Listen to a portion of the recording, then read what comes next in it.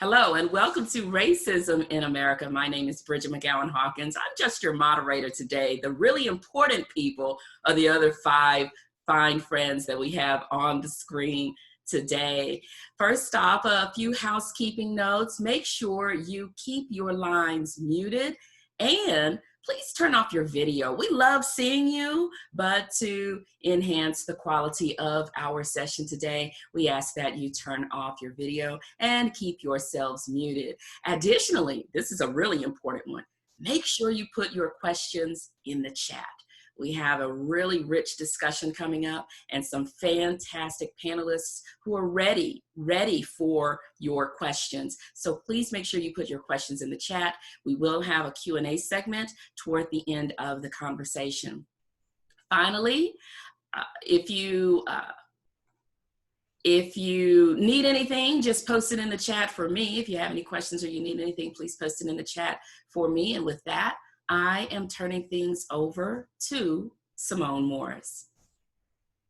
Hi, everyone. My name is Simone Morris, CEO of Simone Morris Enterprises, LLC, and I am an inclusion strategist.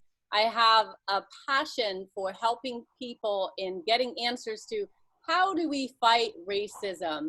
This is such an important topic, and some of you may have attended the previous panel discussions that we've had. They've been very rich and insightful and just full of information. And so today we have an equally stellar panelist discussion ready for you. I'm telling you, from the conversations that we were having before we came on to the webinar, these panelists are ready for everybody today.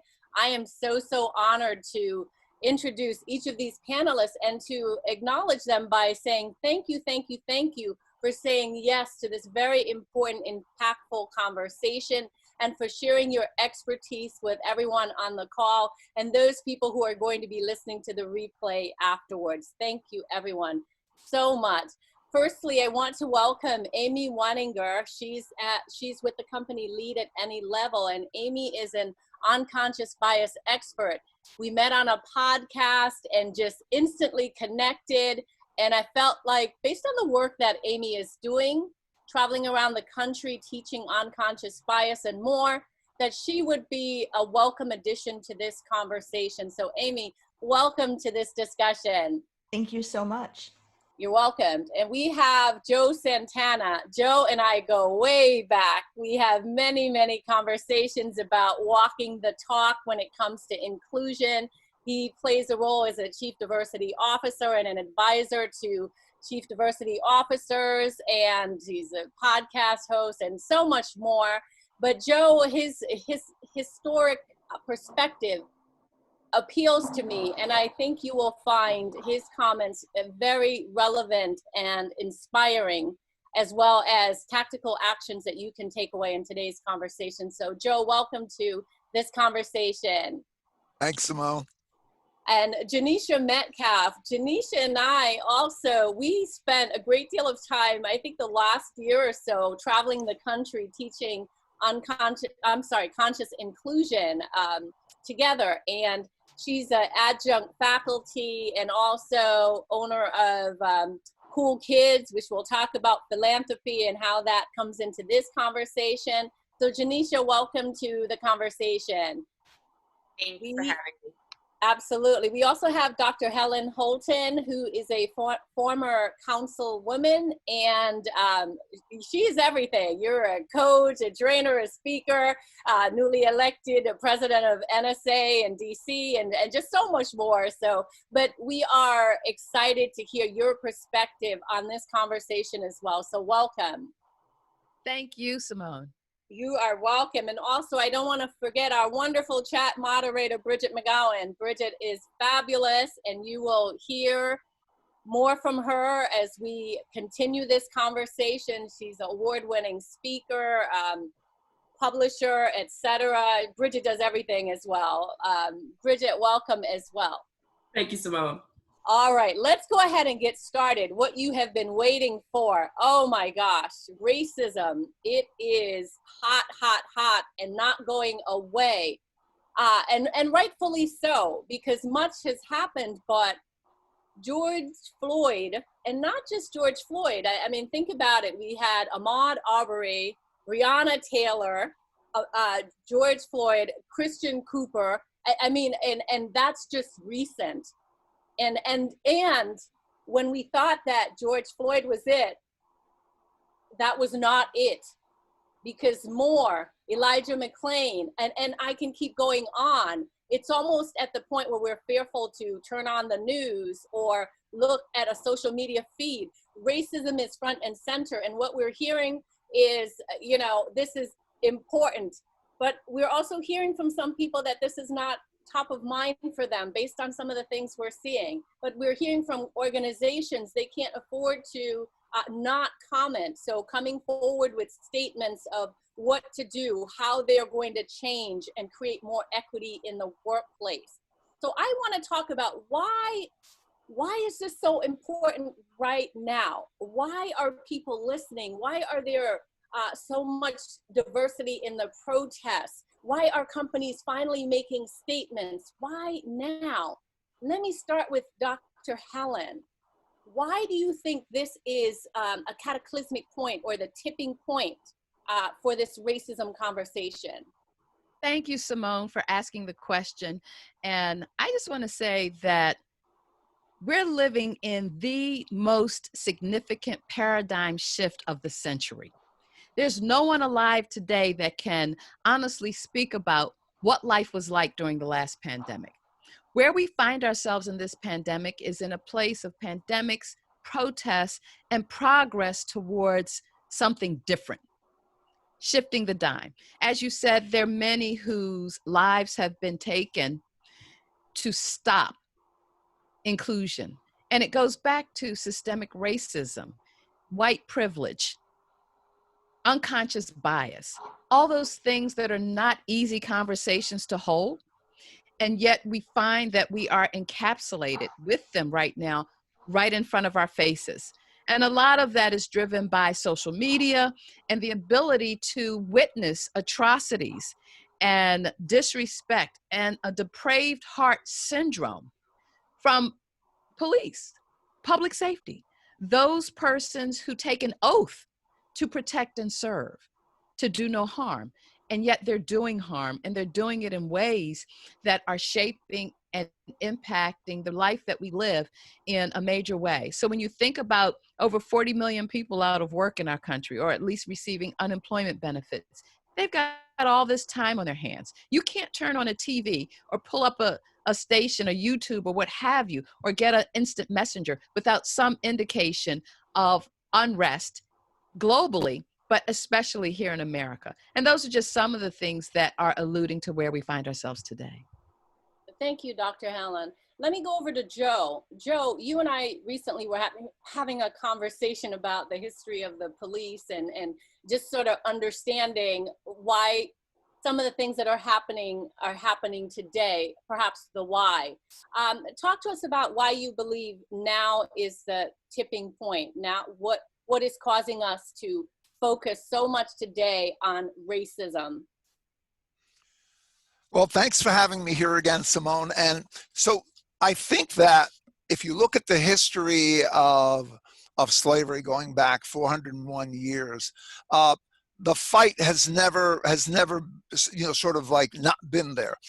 Throughout history, there have always been moments also where a few whites sided with blacks and tried to do that fight as well. And we've seen this as recently as the civil rights movement of the 60s. And there's always been some sympathy and allyship of some who heard stories or worse than that, witnessed atrocities. But this time, what makes it different, and I think Helen touched on it and a couple of the others earlier, is that the world watched a man being callously murdered over a span of 8 minutes and 46 seconds. And that's kind of hard to ignore. And it wasn't just one or two people, but it was the whole world. And I recently heard a black pastor say that what that video brought home is to everybody is something that black people have lived with for years, and that mostly everybody else has been somewhat oblivious to. And it's really a fundamental understanding that corporations and others have tried to really not recognize, which is that racism in America, 101 years ago to now, it never went away. The idea that we're past that and we can move on to all these loftier causes like diversity of thought and other stuff like that, it's just kind of ridiculous nonsense. So up until May 25th, many organizations and individuals spoke about all these lofty things as if we had ascended past the hatred and the racism and the injustice that's been around for many centuries now. And then that phone video brought that reality home. And now we can't unsee what we saw. And we also know that we need to go back to address the basics here. So paraphrasing an old Flip Wilson preacher character from the 70s, before these efforts can run, they really needed to walk. And before they walked, they had to learn how to crawl. And we kind of tried to run without actually mastering the crawling piece. So now we need to address those basics of racism, hatred, and injustice. And I think the demand for real progress in these basic areas now is the result of that sobering wake-up call. And I think that right now is a good opportunity in terms of being able to address this. And as we were talking about before we actually started the program, we don't want to waste that opportunity. We want to actually do some things now that will make a real difference, as opposed to having some of the historical stops and starts that we've had in the past, where, for example, over 157 years ago, we had the Emancipation Proclamation, and in theory, that was going to end all of this. But in reality, things kind of went back to the way they were because of the way land was distributed to the old Southern white landowners, as opposed to being parceled out to many of the people that were slaves that worked that land. And the same thing we saw in the Civil Rights Movement and later on. So this is another one of these. This is not the only spark that we've seen. This is one of a long line of sparks.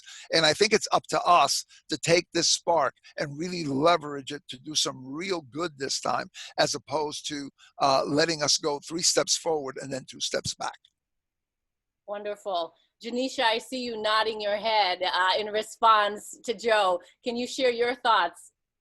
Yeah, no, I'm in full agreement. I think the only 2 pieces I would add is it's a combination of exhaustion and analysis, right? So, you know, how many times can you watch someone be brutalized and executed in front of your eyes before you're fed up, before you have enough, right? And we're not looking at an instance where there was a threat of public safety to the officer.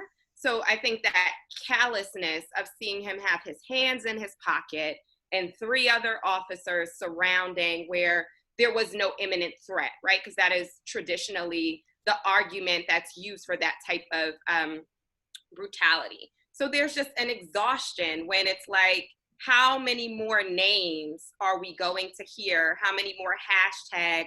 How many more people are we going to see that look like us being treated this way before there's an uprising, right? We've seen it before to the points that were made. We saw it with Rodney King. We saw it with Eric Garner. We saw it with Trayvon Martin. We saw this global response to what is happening to one person. Because you see yourself, you see your dignity and your humanity being stripped in that person's eyes as you're watching them take their last breath. So that's the exhaustion piece. And then I think when I'm thinking about analysis and information, what inevitably happens, whether it's journalists or whether it's academics or other people start to enter the conversation, then you're looking at all of the data from the number of people who have been brutally murdered by the police that you hadn't heard of. Mm-hmm. Then you're looking at all of the, instances of impropriety that you maybe weren't aware of. So I think it's also this heightened sense, because if you don't live in a particular city or state, or you don't have that regional context, you're just not as tuned in to what's happening. But what I saw particularly after the murder of George Floyd is an influx of information about truly how deep the lack of training, humanity in a lot of the police forces we're seeing around the country, you were starting to see those numbers, come up. And the one thing that stands out in my mind is I'm here in New York, and I was watching Governor Cuomo list off names of people who had been killed by the police. And he was also saying the state. And you can watch him visually getting choked up, because as he's saying them, he's saying Amadou Diallo, New York, Eric Garner, New York. He's saying the names and realizing and processing that we have our own issues to uncover here in our own home state. So I think people were then taking what they saw in the murder of George Floyd as a catalyst, and then examining their own communities. And that's where you see the uprising coming in. Yeah, I appreciate that perspective. And what comes to mind for me is we're still adding to the list, even though despite the information that's being shared, we're still hearing names and we are emotionally raw. I know I use this term a lot. Wounded, raw. How much more can this community take? So it's interesting that data is being released to share the enormity of what's going on. Amy, I see you shaking your head as well. Come into the conversation and let us know what you are thinking.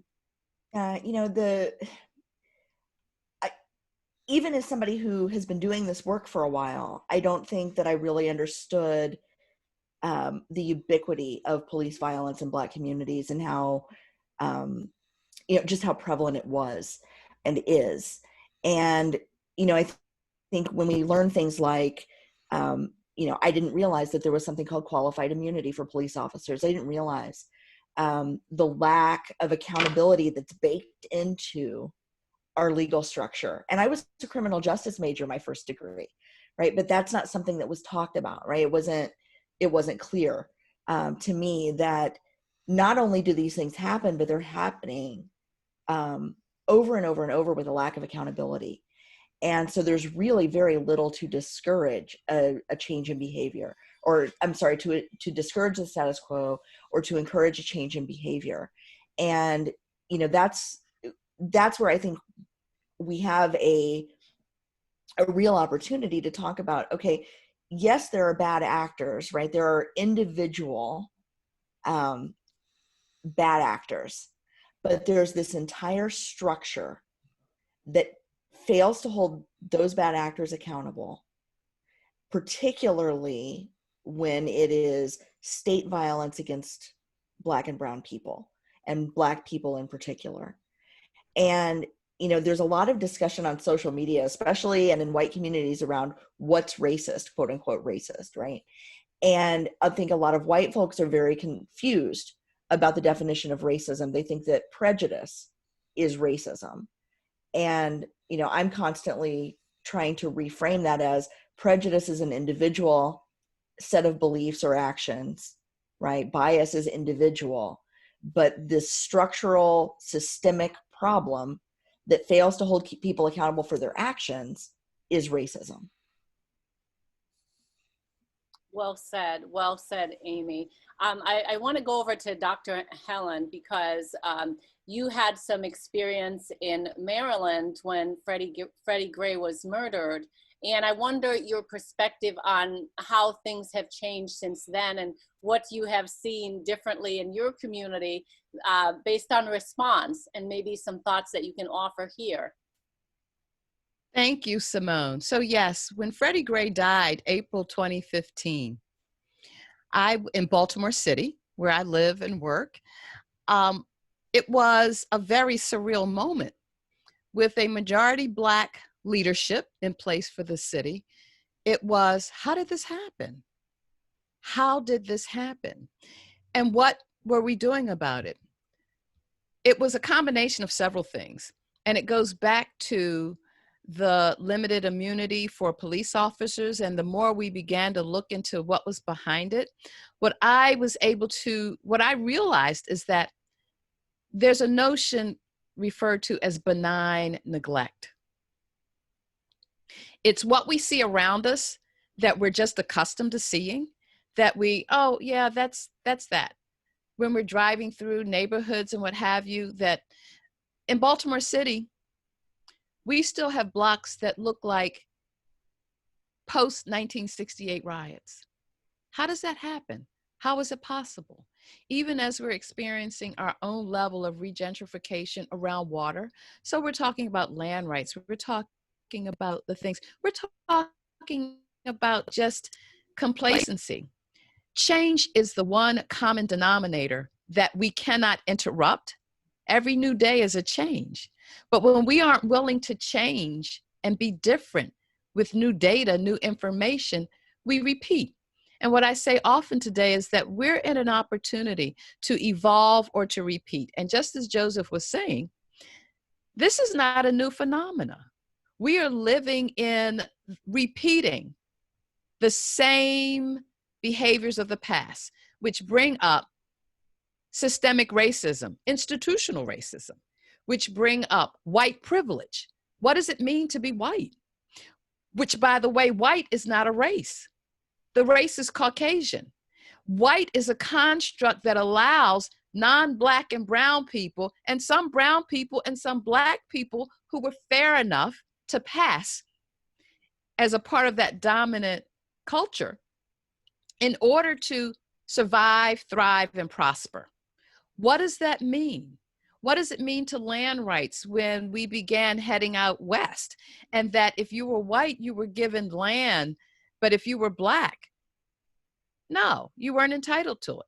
The whole notion of Juneteenth, that for 2 years after the Emancipation Proclamation in Texas, were Black people still enslaved, not knowing that they'd been freed. So it goes back a long way, and we're repeating habits of old in modern times. Is this the watershed moment that we begin to do something different and be something different? So when we think about, I think about Oscar Grant in Oakland on New Year's Eve. I think about Emmett Till. I think about Martin Luther King Jr.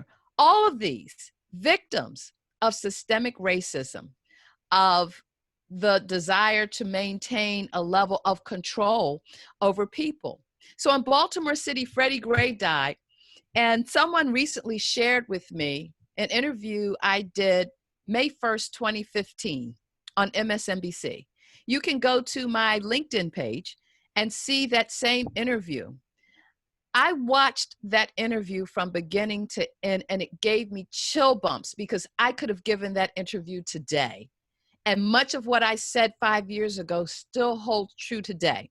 What's different? Baltimore City's under a federal consent decree. What's different? All these other murders that have occurred of Black people in police custody. When I think about Breonna Taylor, in her home, mistaken identity, they just came in the door and she's gone. So when you look at initiatives like 8 Can't Wait, these are some of the actions that we need to be looking at and adopting and understanding. If we really want to do better and be better, we have an opportunity to do that. But it takes courage. It takes commitment. When I think about what happened in 1950, late 1950s, I forget the year, but the Montgomery bus boycott that lasted 381 days. 381 days that Black people in Montgomery, Alabama, and not all of them, it's usually the minority, but it was enough of them to make an economic impact to the local economy. But it took them 13 months before they could even get an audience to have a conversation about what change looks like. It was Fannie Lou Hamer who said, "I'm sick and tired of being sick and tired." It was Rosa Parks who got on that bus and refused to give up her seat to go to the back of the bus and stand. We are in a moment where people, not just Black people, but many subgroups in our society, because of where we find ourselves in a pandemic, that are choosing to stand up and press for change and to do more. Mic drop. All right, go. Simone, can I add real quick to Dr. Helen's? Yeah. I just want to put a finer point on what you said, Dr. Helen, about westward expansion and land rights and who land was given to and not. And I just want to make sure that we acknowledge that was stolen land, right? So this wasn't owned land, right? It was stolen from people, and it was, you know, granted and rescinded multiple times. And as we watch the footprint of Native American tribes, of American Indian tribes getting smaller and smaller and smaller and more concentrated, and then more dispersed, to the point where their identities have almost completely been obliterated. I just want to make sure that we don't neglect that part of that history, and the fact that Chinese workers were brought here to help with that Western expansion, and then denied the rights and the pay that they were promised in that moment. Simone, So thank you for bringing that up. I just want to say, when you look back to the founders of this nation, they were the criminals that England turned out of the jails. They put on some boats. They said, go explore the new land. And after you explore, you'll be free. So we are a nation founded by criminals. All right, well, okay, I am learning. So each of these panels, I learned so much. So thank you for the history lesson. So it's heavy. We acknowledge that. And there is a mountain of work still to do. Amy, let's start with you. Talk to me about how corporations are responding to what's happening. You go around the country doing a lot of training around unconscious bias. Has that picked up?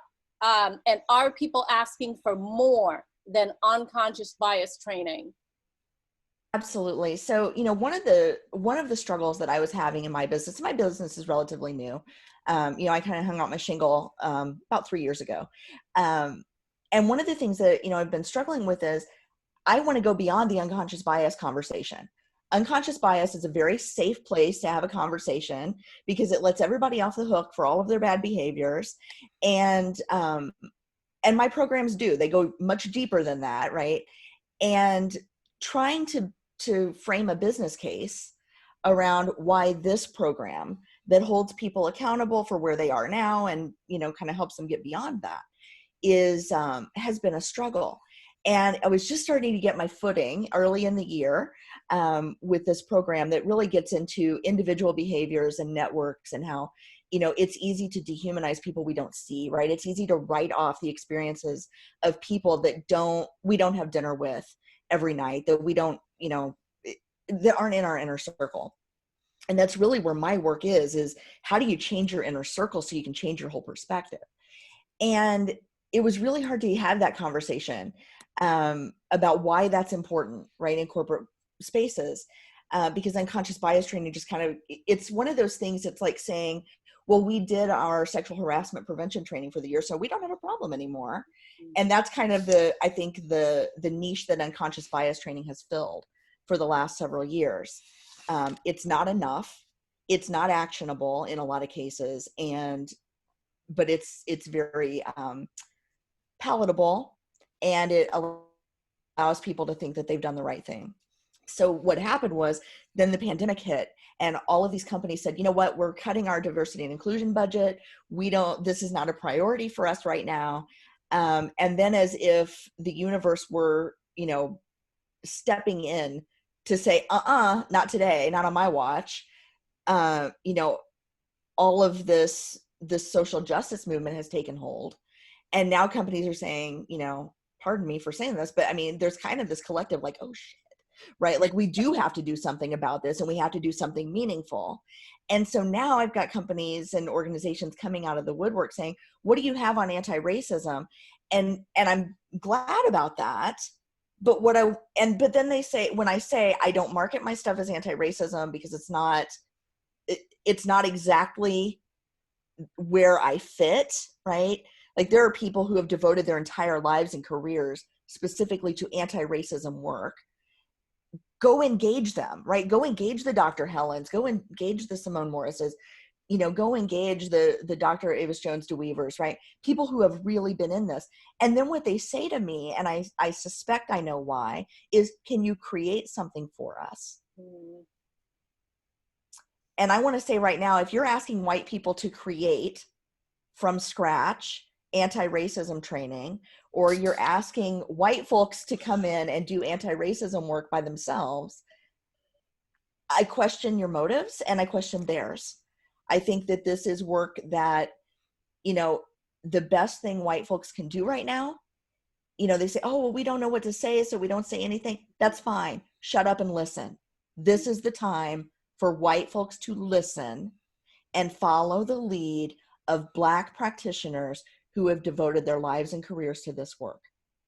And so anytime somebody asks me to come in and do anti-racism training, I say, I will not do that unless I'm invited in by a Black person in your organization, or if you will let me refer you to a Black practitioner who can lead that work, I am happy to support their work in whatever way they feel like I can contribute. Another mic drop. I'm telling you, these folks are stellar. I appreciate your comments, Amy. Joe, I see you nodding your head, and so I know you are around the country as well, dealing with many different companies. So tell us what's happening in your space. Well, you know, Simone, when it comes to like unconscious bias, and I've done some work in that area, I agree with what Amy said, that you know, I see it as a door opener, as a way of making people aware of what's going on inside their head that they may not be aware of. But the bottom line is that just because you're aware of what's going on in your head doesn't mean that it stops happening, right? So unless there are policy changes and other systemic changes in the organization, changes in the way people actually behave, it just becomes an exercise in expanding your mind. And right now, we want a lot more than that. And it's an interesting thing. I had this guest that came on my podcast a while back, and he's from the LGBTQ community, and he was sharing a description of the part that allies play, which I think is important in this particular conversation. And I've actually been monitoring the chat and watching people ask questions about, well, what are some things that we can do? And here's what he told me about allyship and what I talk about when I go to different companies.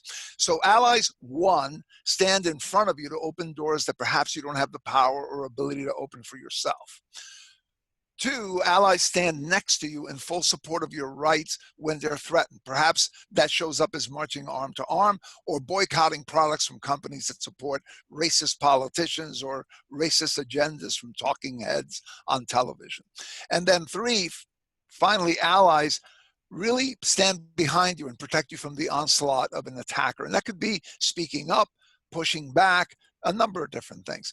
But the key behind all of these different ally roles is that they require more than talking, more than demonstrations of support, like, you know, the CEO kneeling with his fist up in the air in the Black Lives Matter event before he goes to meet with his all-white male board and senior leadership team.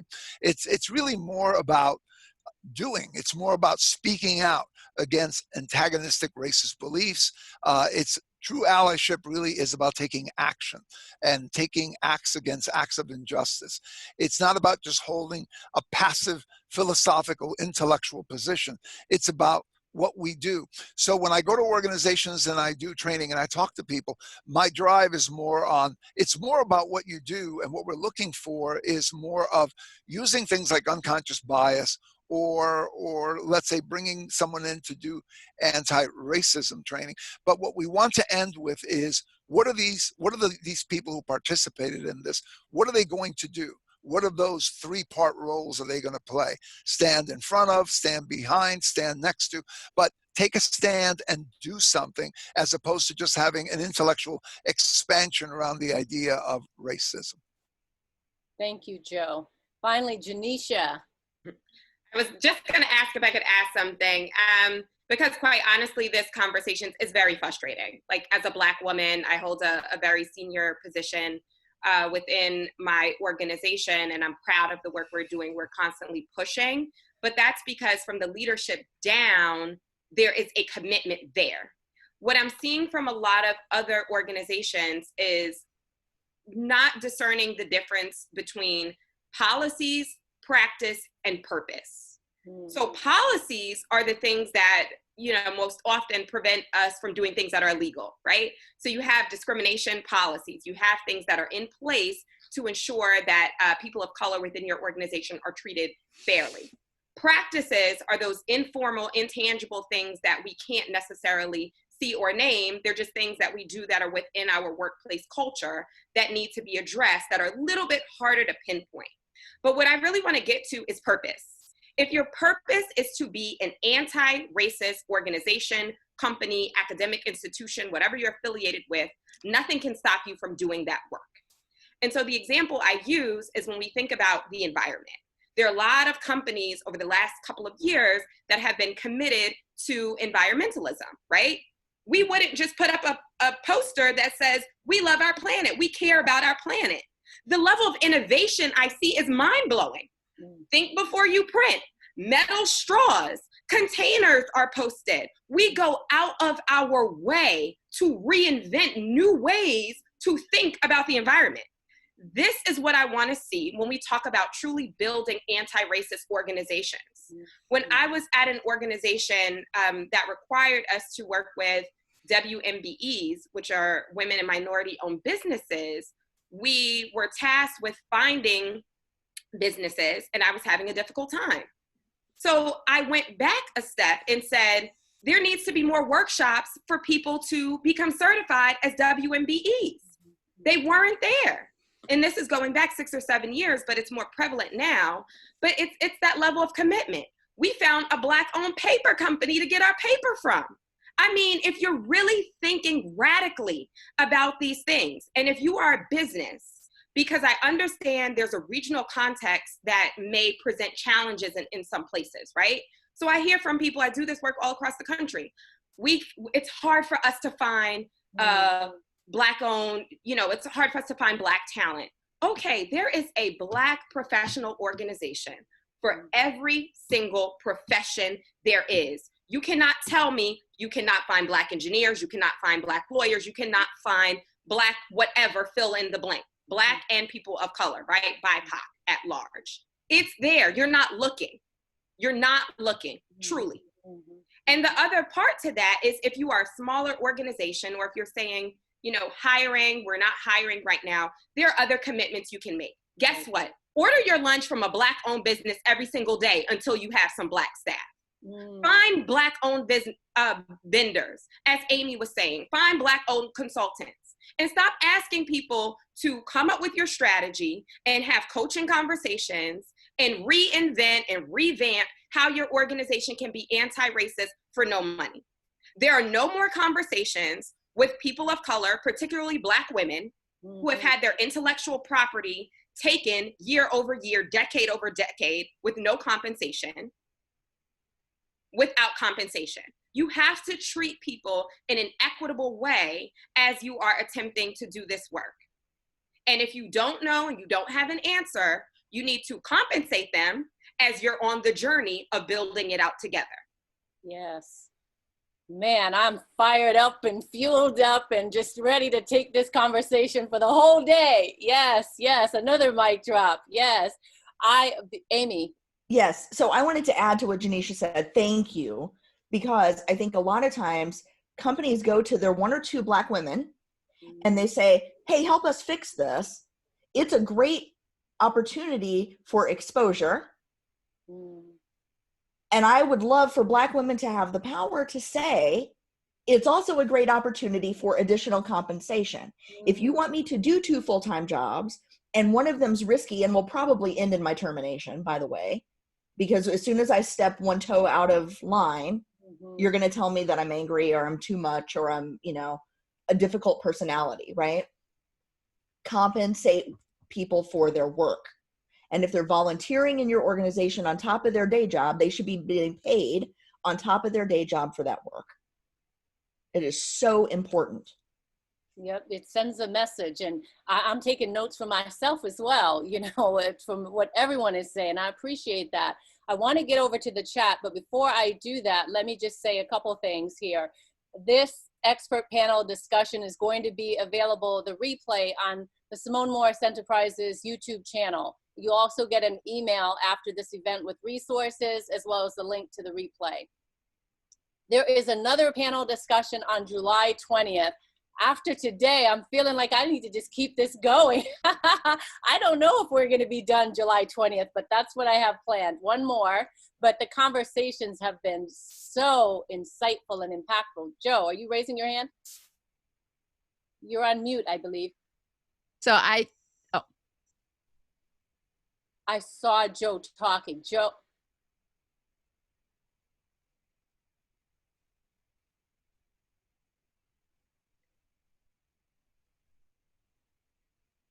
Okay, while we're trying to see what's happening there, I do not hear Dr. Helen. Were you saying something? I am. So, oh my God, Amy, you brought something to mind, and Genisha sparked it. Back in the 80s, working in corporate America into the early 90s, I realized that every time I got a promotion or left a job to take a new position because I didn't feel valued or appreciated for the worth I brought, I had to train 2 people to replace me. And I said, what's wrong with this picture? Now, if they'd given me what I deserved while I was there, I'd still be there.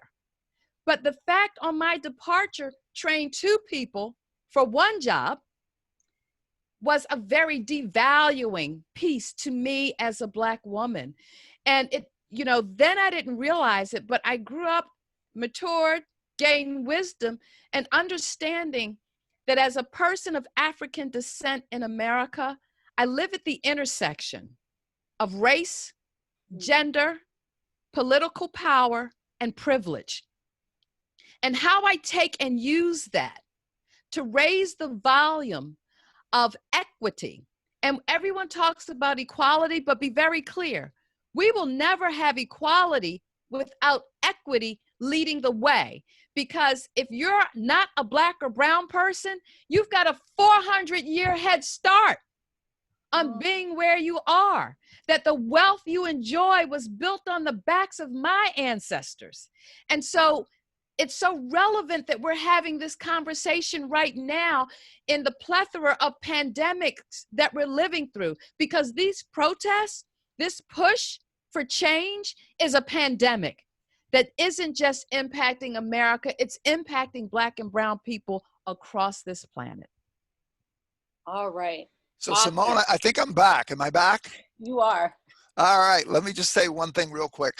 When it comes to the allyship piece that we were talking about, in terms of what people can do, and we heard some really eloquent ideas that came out of both Helen and Amy in terms of what people can do in organizations.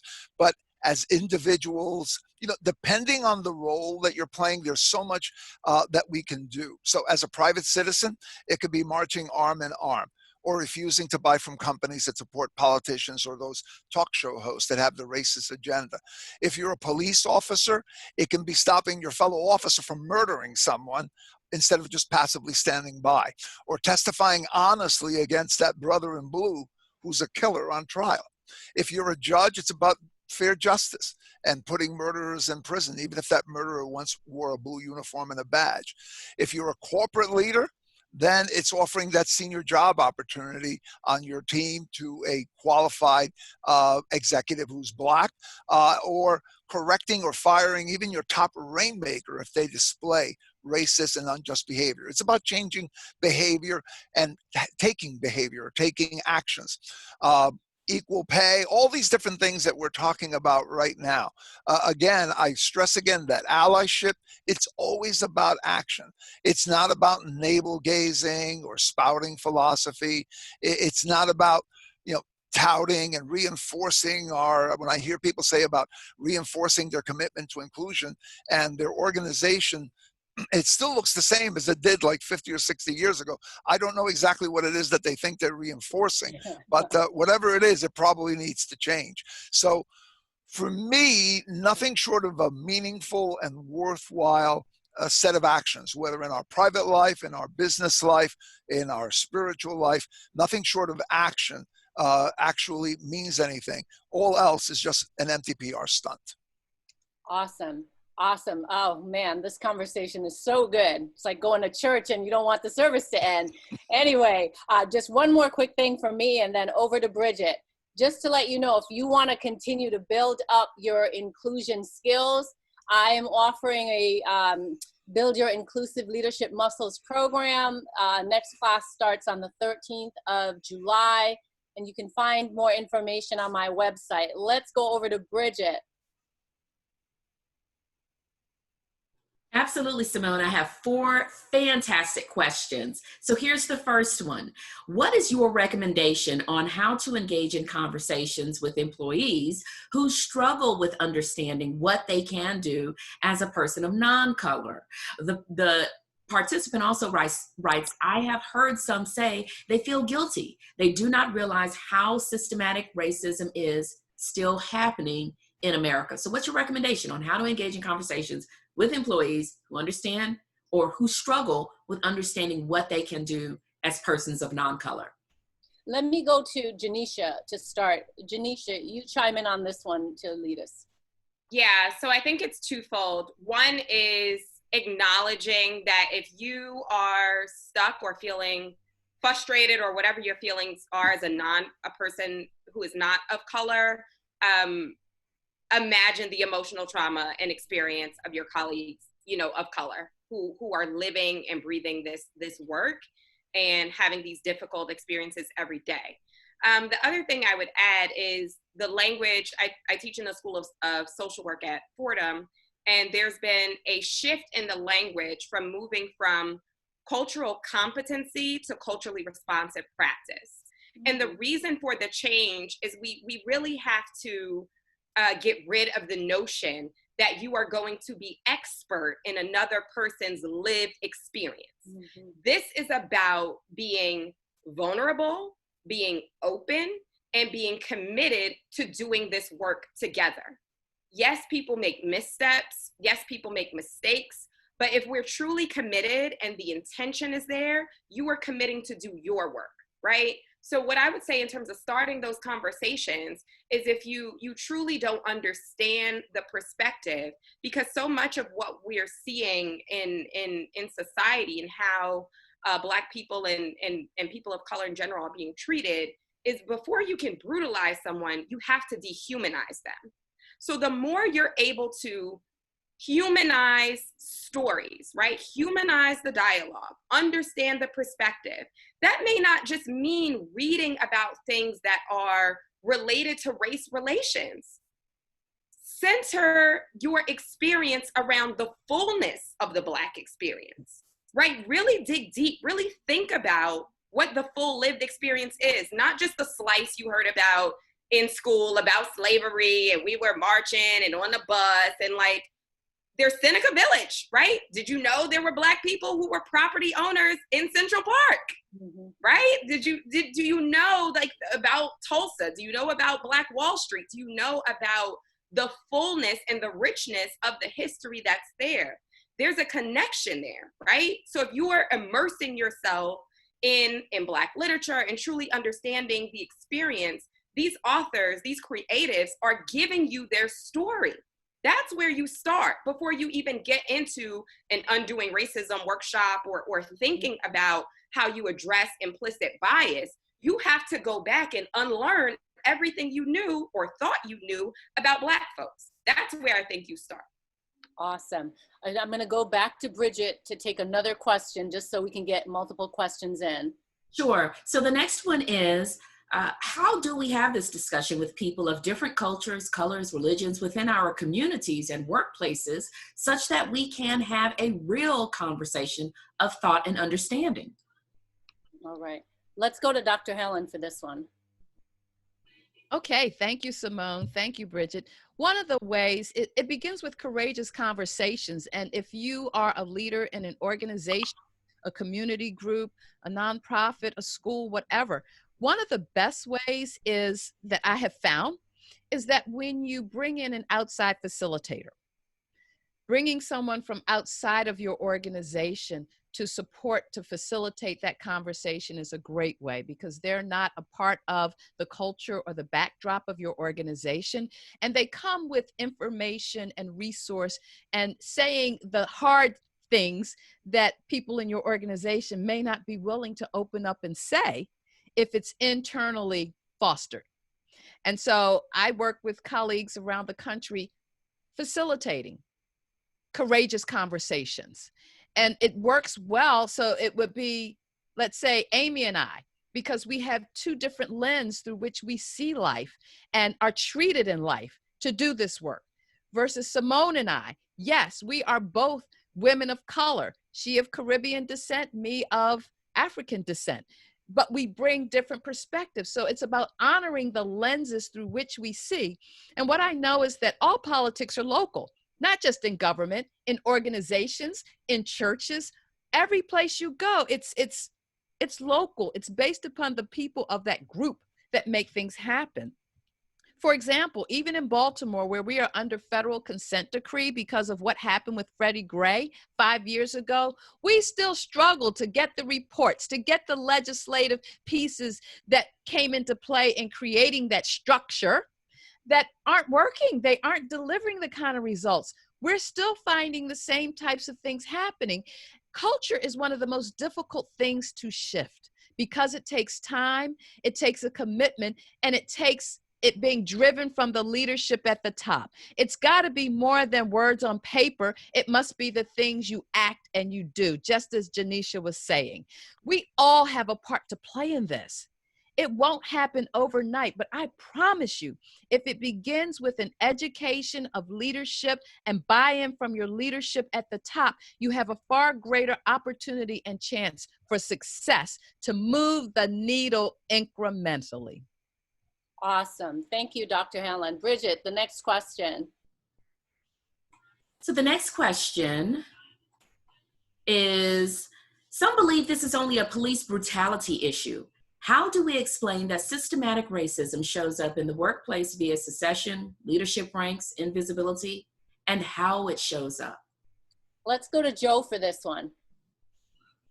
You know, I think that when you look at different types of, look at different organizations, and recently I was looking at something recently. It was prompted by something I heard in the radio, where certain symbols are being taken down because those are symbols in the country that actually support racism, and they're from a dark period in this country, and then someone mentioned how, I think it was Aunt Jemima. They're retiring that whole thing. And then I started doing more research in it, and I found all these other symbols like, the cream of wheat, Uncle Ben's rice, and all this other stuff. And a lot of times organizations may not realize it, but within their own organization, they have their own General Lee up on a horse, right? They have their own symbols and their own way of portraying things that within the organization. And I think it was Genisha that actually touched on the fact that it's not just about policy, but it's also about those unwritten rules or behaviors that organizations have, that we have to address that as well. I think that organizations, in many cases, when they have a D&I or DEI effort, they look at it as, what can they do to become more inviting, et cetera, et cetera.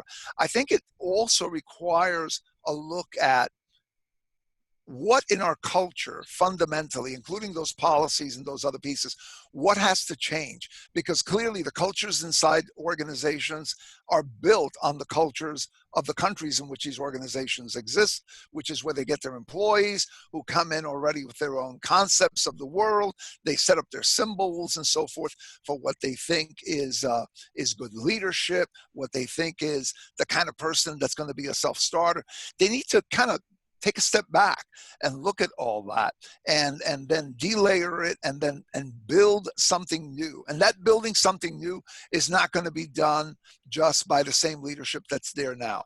That's something new that needs to be built, has to be done in collaboration with a lot of the people that are here, some of the people that are listening to us right now, so that it becomes truly an organization, truly a place that is ours for all of us.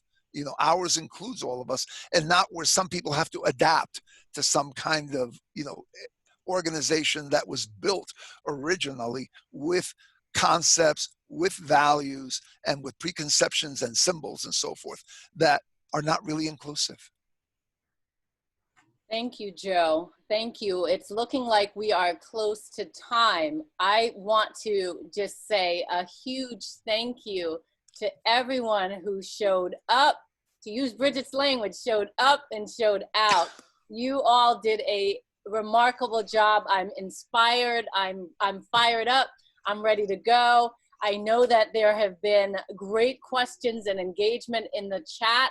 And so we will follow up with Can I add one thing, Simone? Yes, yes, Sorry, yes.